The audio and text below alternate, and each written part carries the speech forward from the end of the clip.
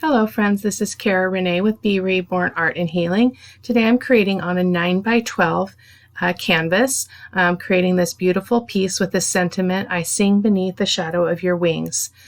These are some of the supplies that I'll be using. I did add some additional paints, which is again not unusual for me, using a variety of Shawn Petit stencils from her new summer line, primarily a lot of these Paris Flourish stencils, the angel wings, and then a couple of those pages are from Shawn Petit's shop, and a couple of them are from my vintage stash.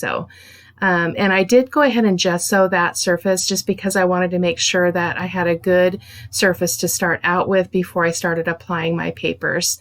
I'm using my Liquitex matte medium to adhere all the papers, and I do cut out a big chunk of this because it's very repetitive. But you'll see that I do take each design and spread it out so that similar designs, are not close together. And again, these are pages from ShawnPetit.com. This one in particular, this kind of yellow stained paper with some old writing is from her shop, as well as the one to my left. And then I just made a note there. I know that my arm can be a little distracting. I have an oven burn on my upper arm, and then we went camping and I got chewed up by no-see-ums, which are just nasty little bugs that you can't see. So that's really fun.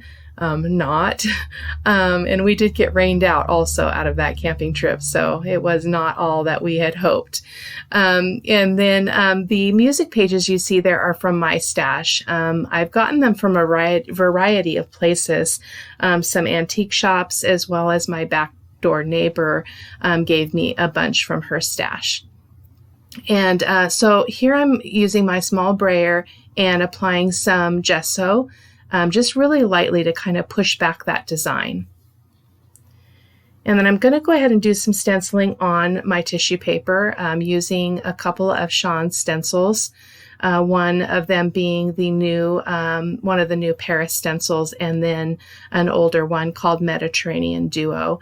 I'm using my archival ink in coffee color to go ahead and stencil those on, and using my makeup brush. I just thought this would be a fun way to go ahead and add a little bit more interest to the background, even though it is fairly busy. I need to figure out a way to keep my projects and my backgrounds a little bit less busy. But again, I just create intuitively, and this piece was pretty charged emotionally for me, so I really did want to just let go and do what I felt I needed to do. So that is just part of the creative process for me. So it turned out really beautiful, but that is kind of my style at this point in time. And while I'm doing this, I'm just applying some of that tissue paper around the piece.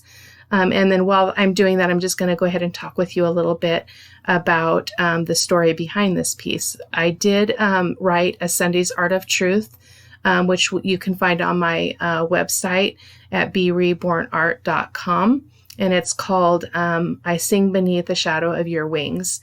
And that is the story around this piece. In our really chaotic times right now, I'm really having to recenter myself and go back to the source of my peace and my hope. And I'm hoping that it will inspire you and encourage you as well as it did me, to be reminded of those things. I'm using this stencil technique where I go ahead and tape the stencil to a piece of chipboard and then apply my texture paste, and then release that stencil from the chipboard, and it leaves that stenciling on the chipboard, and it creates a little bit of a harder substrate for that texture, which I really enjoy. Because it does give me a little bit more options in terms of playing with the arrangement, which I do a lot in this piece. I played around a lot with the composition. And then the first paint that I'm coming in with is my transparent yellow oxide. This is a golden fluid acrylic, and just using my small brayer to go ahead and brayer that on. I really wanted it to kind of have that sunny look. I wanted it to, I tend to go toward the teals, so I did decide to go ahead and pull out a different color of blue. This is called Manganese Blue, and it is also a golden fluid acrylic. And just really, as you can tell, I'm not really being very precise, just kind of just letting my fingers kind of decide where that paint is going to go. So that's what you see me doing there. I do go back and forth between the colors, as you'll see. I do speed up part of this because, again, it is the dance. And I'm just going back and forth between colors. The three colors being the transparent yellow oxide, the manganese blue, the Indian yellow, and then I do bring in some quinacridone crimson, which is also a golden fluid acrylic. It's kind of hard to describe that process because I think that everyone comes from a different place when they're creating. And I don't really think a lot about how I'm putting the color down. I just go with what my heart is telling me. I tried to do 3 different projects prior to this one, just making greeting cards, doing a little bit of mixed media on mixed media paper, and it just was not happening. It was too constrained, it was too controlled, and so I needed to go back to my collage work because that's where my creativity just kind of is set free. So that's how I ended up with this canvas and this message as well. I really like the effect that quinacridone crimson brought to the piece. It was subtle, but it added a color in, which I've used it a couple of times most recently, but it is not a color that I tend to go for as a first choice. But that's what I'm doing there. And I love how you can see that tissue paper peeking through with that flourish design on it, as well as all of the layers of paper underneath, all the way to the base layer, which I really love. This is the transparent yellow oxide, again, using my small brayer. And I just kind of went back and forth between that more transparent yellow and then back to the Indian yellow hue. And again, bringing in that blue because that's part of the dance is just when you add layers and layers, you do lose pieces of the color. And so I just kind of move around the piece and add it back in where it feels like it's important and needs to be. So that's what I'm doing there.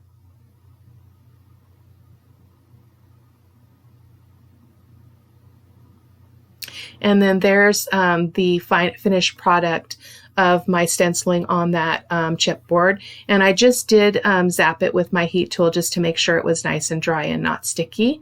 And then I just cut that all out, and it's all ready to kind of think about the composition and how I want it to be laid out on my canvas. I did set it aside because I realized that I did want to bring in some white. So I brought out my titanium white in the golden fluid acrylic and used my small brayer again to go ahead and apply that. You'll see here in a little bit that I do come in with some Titan buff because I ended up, as you'll see in a moment, I ended up coloring the wings with the Titan buff. And then painting them with the yellow and then doing a glaze. So this white was not as critical, and in retrospect, I didn't really need the titanium white because I did go with the Titan buff. And now I'm going to come in with my Ranger Archival ink in black, and I'm going to go ahead and apply that using, this is one of Sean's new stencils. It's the Moroccan Tiles 2. Her summer line had a ton of Paris-themed images and stencils, and they're just gorgeous. If you haven't checked them out, I would really encourage you to do that. Amazing, amazing, amazing stencils. And then here I decided I needed to add some more of the Indian yellow hue. It is brighter than the transparent yellow oxide. I really wanted this to be sunny. overall. And it did end up being sunny. A lot of the light came from being with the wings, because the wings did end up being that yellow, which was just perfect and kept the project light instead of all dark, which tends to be the way that I go, it seems.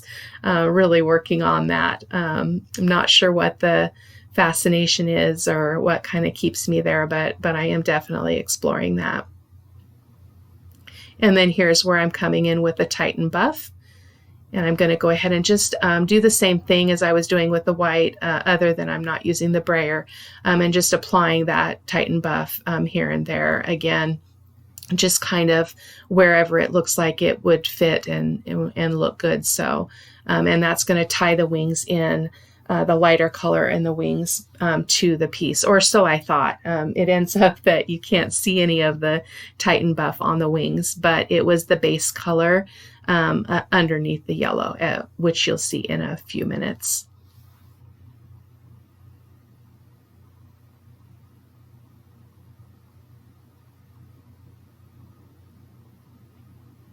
And here is where I'm coming in with the Titan buff on the wings.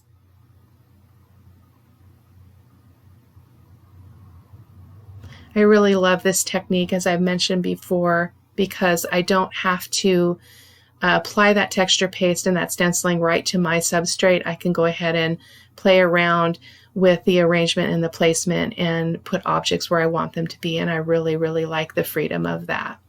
And now I'm going to do a glaze with the Indian yellow hue and my golden glazing medium on both of those wings.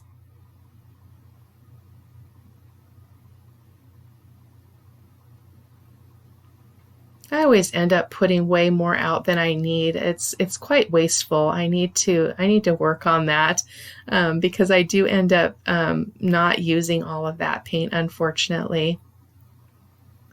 But I get in a zone and I don't tend to think about a lot of other things. I did go ahead and zap that with my heat tool also, just to make sure it was nice and dry, because the next thing I'm doing here is I'm gonna go ahead and do a raw umber glaze, which is one of my favorite glazes. I really love how that raw umber gets down into all those crevices that the texture created. And on the wings especially, it's just quite unique, because there's so many lines and so many places for that color to go, as well as the Indian yellow. You can see specks of it still on the wings, which was quite beautiful.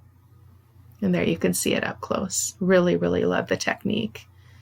Then bringing back the canvas so that I can go ahead and do a glaze on this. There's not a whole lot of texture on the substrate itself, other than any texture that the paper created. So the glaze didn't really do a whole lot for the piece in this case. So I did go ahead and come in with my finger and just apply it here and there, just so I could get touches of that raw umber on the canvas. And then I was really debating on how to apply my sentiment to my project. I had printed it out on tissue paper, and then but it just didn't fit with the way that I had stenciled and such. So I went back to my tried and true method of using corrugated cardboard, tore that down to size, and then painted it with the Titan buff, and then gave it a good dry. And then I'm going to go ahead and apply my sentiment directly to this cardboard. And then you'll see the magic that happens with this, because the reason why it's one of my favorite techniques is because you can add any colors that are in your background or in your project. You can add to this raised cardboard bit and really give it a lot of added interest, I think. And then I do play quite a bit with the placement here. I turned my canvas to see if I wanted it to go the long way, to go portrait. But I did end up leaving it landscape. And then I pulled out my heavy gel from Liquitex. I'm going to go ahead and apply those wings. I did measure from the same point on the wing to the edge of the canvas on both sides to make sure that I was in the center. I do tend to have a problem with that. So I was working really hard at making sure that they were even as well as on the bottom, which it was pretty good. I had to scooch that one a little bit, but it worked out just fine. And then I'm going to go ahead and apply a glaze also to the sentiment that's on the cardboard. And I really didn't want it to be really dark, so I did just kind of pounce my baby wipe on the surface and just kind of left that mottled effect. And it left that brown, as you can see up at the top and the bottom, where the cardboard is torn, which that's one of the reasons I really love the technique. And then I'm just showing the drying time there because it was pretty quick. And then because I did want to make sure that it was nice and dry before I go in with my next color, which is my Indian yellow hue again. And then just using my fingers just to kind of let that paint skip around that piece of cardboard. Again, I would love to find another way to build up a sentiment besides this tried and true way, because I have a lot of artwork that has this, but again, when creating, I go with whatever is going to help me continue to move through the process. And I'm still struggling with creating. I'm still feeling like I've got two left hands, and I'm just not creating the way that I normally would create. And it's really difficult and frustrating. So when I get in the zone, I'm just going to run with it. I'm not going to waste that time and that energy and that focus. So it is a little bit repetitive in terms of some of the techniques that I use over and over. And then I just wanted to come in, bring in again that manganese blue, because you do lose some of that, as I mentioned before, as you're doing the layers. And I wanted to make sure that I had a good representation of that color because I really liked it. And I liked that it stayed more blue rather than turning more teal, which tends to be one of my colors that I tend towards. And then going ahead and giving that a good zap with my heat tool as well. And then I'm going to go ahead and adhere that also. Oh, I forgot about this. I went ahead, it's off camera, and I apologize for that. But I did go ahead and add that blue also to the corrugated cardboard on the edges. And it's absolutely beautiful. When you look at the close-up photos at the end or check out the photos on my blog, you'll be able to see how beautiful that turned out, and how how it looks really rough and really, really beautiful.